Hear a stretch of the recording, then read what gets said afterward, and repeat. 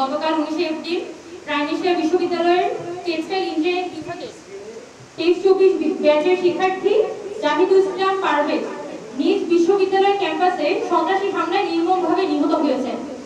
এই মর্মান্তিক ঘটনায় বৈষম্যবিরোধী ছাত্র আন্দোলনের পক্ষ থেকে আমরা গভীর শোক এবং তীব্র নিন্দা প্রকাশ করছি। আমরা জাহিদুল ইসলাম পারভেজের পরিবার, সহপাঠী এবং শুভানুধ্যায়ীদের প্রতি আন্তরিকভাবে সমবেদনা জানাচ্ছি এবং একই সাথে জোরালোভাবে দাবি জানাচ্ছি যাতে এই হত্যাকাণ্ডের সাথে জড়িত সকল অপরাধীদেরকে দ্রুততম সময়ের মধ্যে চিহ্নিত করে দৃষ্টান্তমূলক শাস্তির আওতায় আনা হয়। কিন্তু আমরা অত্যন্ত উদ্বেগের সাথে লক্ষ্য করেছি যে এই নির্মম হত্যাকাণ্ডকে ঘিরে বাংলাদেশ জাতীয়তাবাদী ছাত্র দল একটি ঘৃণ্য রাজনৈতিক অপপ্রচারে লিপ্ত হয়েছে।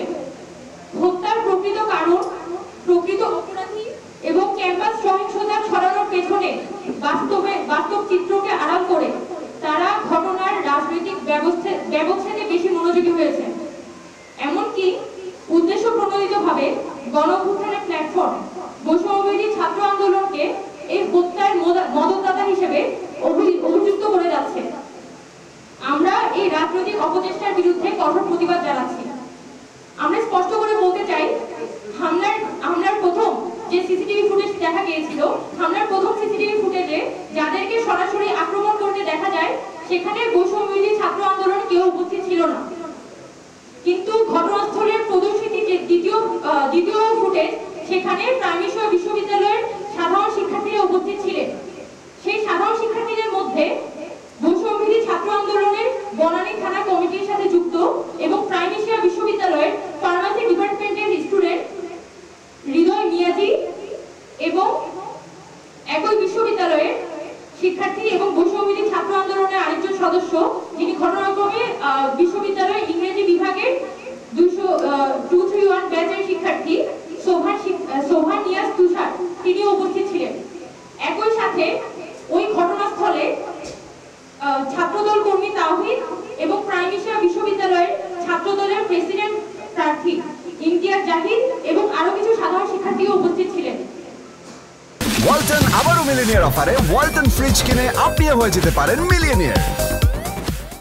সেই জায়গা থেকে বৈষম্যবিরোধী ছাত্র আন্দোলনকে এককভাবে এই ঘটনার জন্য দায়ী করা এবং ভিডিও ফুটেজের সাপেক্ষে ফেসবুক ট্রায়ালের মুখোমুখি করা, এটা সম্পূর্ণভাবে একটা অনৈতিক কাজ হিসেবে আমরা মনে করি।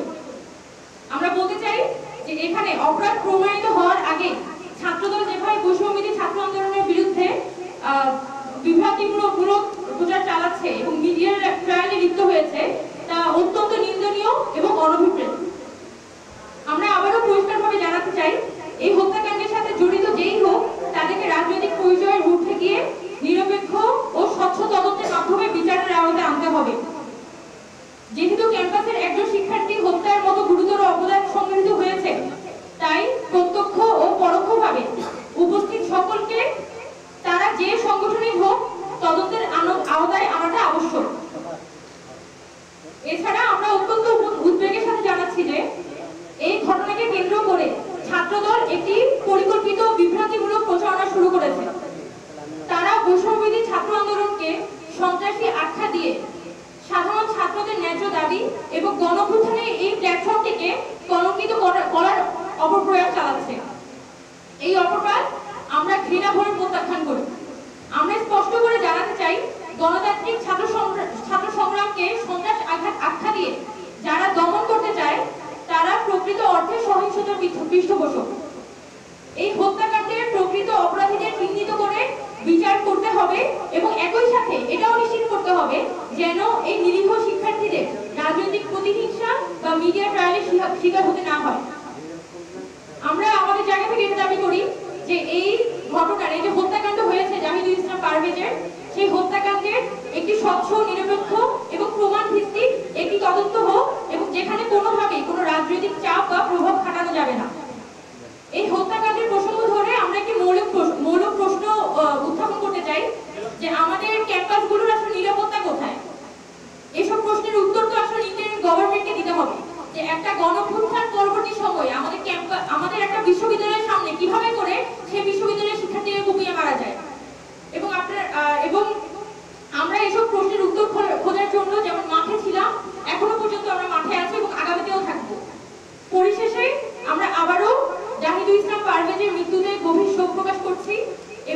হত্যাকারীদের বিচার ও দেশের সকল শিক্ষাঙ্গনে ছাত্রদের নিরাপত্তা নিশ্চিত করার দাবিতে আমাদের সকল গণতান্ত্রিক এবং প্রগতিশীল ছাত্র সংগঠনকে ঐক্যবদ্ধ হওয়ার আহ্বান জানাচ্ছি। আমাদের বৈষম্যবিরোধী ছাত্র আন্দোলনের পক্ষ থেকে আমাদের যে ব্রিফিংটি ছিল সেটা এখানে শেষ হলো। আমি শুধু শেষে একটুখানি বলতে চাই যে যারা এই জাহিদুল ইসলাম পারভেজ যে শিক্ষার্থীটি, সে দল মত যে পরিচয় থাকুক না কেন, জাহিদুল ইসলাম পারভেজ তিনি একজন শিক্ষার্থী এবং এই যে গণঅভ্যুত্থানটি হয়েছে জুলাই আগস্ট মাসে, সেই জুলাই আগস্ট মাসে এই গণঅভ্যুত্থানের একজন অ্যাক্টিভ কর্মী। আজকে এসে অভ্যুত্থানের এত মাস পরে, 8 মাস পরে তাকে নিজের বিশ্ববিদ্যালয়ের সামনে একটি কিশোর গ্যাংয়ের হাতে ছুরিকাঘাতে তাকে নিহত হতে হলো, তাকে মৃত্যুবরণ করতে হলো। এটা আমাদের জন্য অত্যন্ত লজ্জাজনক এবং আমরা বৈষম্যবিরোধী ছাত্র আন্দোলনের পক্ষ থেকে বলতে চাই যে এই বাংলাদেশ কোনোভাবে আমাদের জন্য কাম্য ছিল না। আমরা সম্মিলিতভাবে এই যে ক্যাম্পাস, আমাদের ক্যাম্পাসগুলোতে ছাত্রদের নিরাপত্তার প্রশ্নটা তুলতে চাই যে এইভাবে যদি নিজ ক্যাম্পাসের সামনে একটা শিক্ষার্থীকে ছুরিকাঘাতে হত্যা করা যায় তাহলে বিশ্ববিদ্যালয়গুলোর আসলে নিরাপত্তা দিবে কে? এখন আমরা বৈষম্যবিরোধী ছাত্র আন্দোলন থেকে এটাই বলতে চাই যে যারাই অপরাধী থাকুক সুষ্ঠু তদন্ত সাপেক্ষে এখানে অপরাধীদের চিহ্নিত করে তাদেরকে যাতে বিচারের আওতায় আনা হয়। আমরা কোনো রাজনৈতিক কথার মধ্যে যাব না, আমরা কোনো রাজনৈতিক ট্যাগিং এর মধ্যে যাব না। আমরা সরাসরি বলবো যে এই ছাত্র আমাদের জাহিদুল ইসলাম পারভেজ একটা গণঅভ্যুত্থানের একটা ফ্রন্টলাইনারকে যেভাবে করে হত্যা করা হয়েছে তা অত্যন্ত নিন্দনীয় এবং আমরা ক্যাম্পাস প্রশাসনের কাছেও যেমন বলতে চাই যে আপনারা আপনাদের ক্যাম্পাসের আশপাশে যারা এই কিশোর গ্যাংগুলোকে মদত দিয়ে ক্যাম্পাসের অভ্যন্তরীণ প্রসঙ্গে তাদেরকে জড়াতে চায় সেই কিশোর গ্যাংকে আপনারা প্রতিহত করুন, ক্যাম্পাসে নিরাপত্তা আপনারা নিশ্চিত করুন এবং অন্তর্বর্তীকালীন সরকারকে আমরা বলতে চাই যে যারা এই হত্যাকাণ্ডের সাথে জড়িত তাদেরকে চিহ্নিত করে আপনারা দ্রুততম সময়ের মধ্যে গ্রেফতার করুন। আর যারা এই কিশোর গ্যাং লিডারদেরকে নানানভাবে মদত দিয়ে যায় তাদেরকেও আপনারা চিহ্নিত করুন। আমরা বাংলাদেশটা, আগামী বাংলাদেশটা একটা সুস্থ সুন্দর বাংলাদেশ দেখতে চাই। কোনোভাবেই এই যে গতকালকে হত্যাকাণ্ডটি হলো সেটা আমাদের জন্য কাম্য না এবং আমরা বৈষম্যবিরোধী ছাত্র আন্দোলনের পক্ষ